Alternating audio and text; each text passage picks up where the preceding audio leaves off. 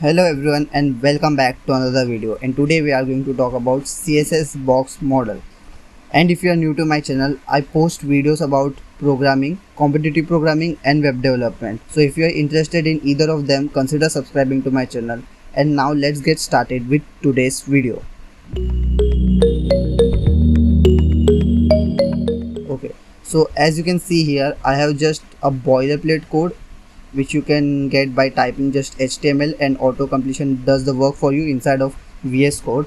And I have added one style tag and set a base font size for all the elements inside of our HTML, and I have one div tag. So now let's open this with live server.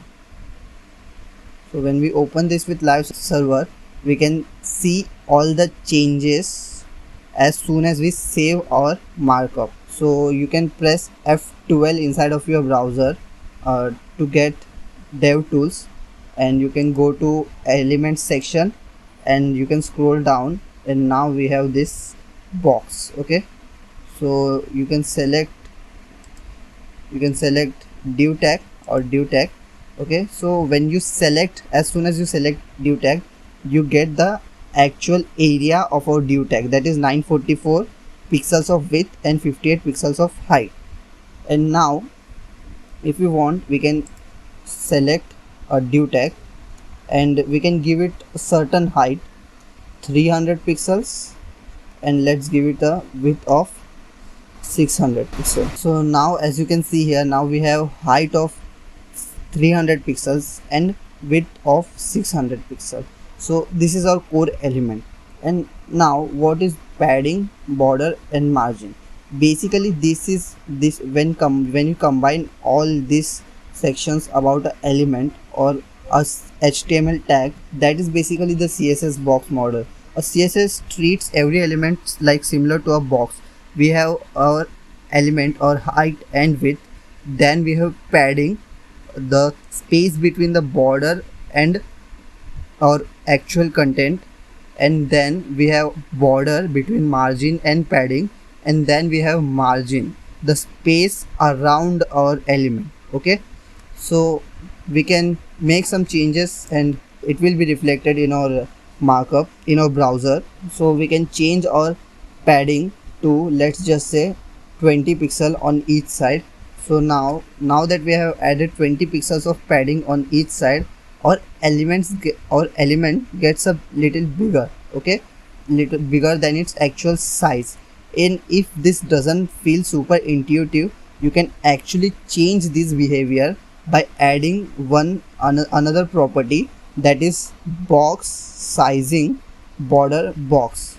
So now that we have added box sizing border box, our total height and width of the element also consists of border, padding and the actual element itself. So now when we add 20 pixels of padding on each side, still our total height and width of the element is same as we mentioned before, that is 600 into 300. So extra 40 is the space given to the padding. And now if we add a border, let's just say 10 pixel solid, and let's just say blue violet. Okay, you can choose any color, does not matter.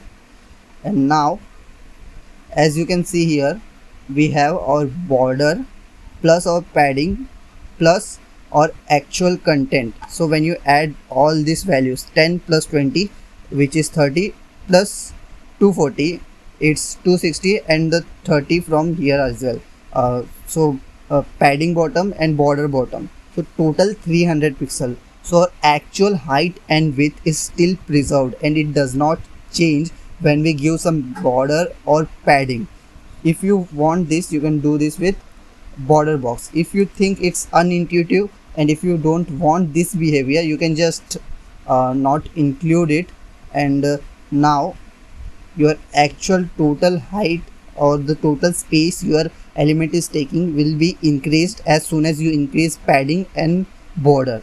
But when you have margin, so when you give some margin like let's just say 30 pixel on each side.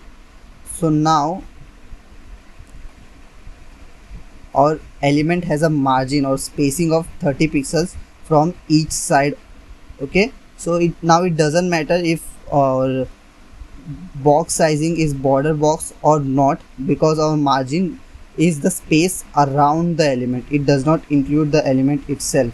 So as you can see here, even if we uncomment our border box sizing border box property, still our margin is now not counted towards the total height and width. Okay, because margin is just the space around the actual element. So basically this is the CSS box model in a nutshell. If you haven't understood anything, you can ask them in the comments and I will try to make another video on that specific topic if it deserves a video, or I will try to make a YouTube short. So thank you for watching my video and we will meet in my next video.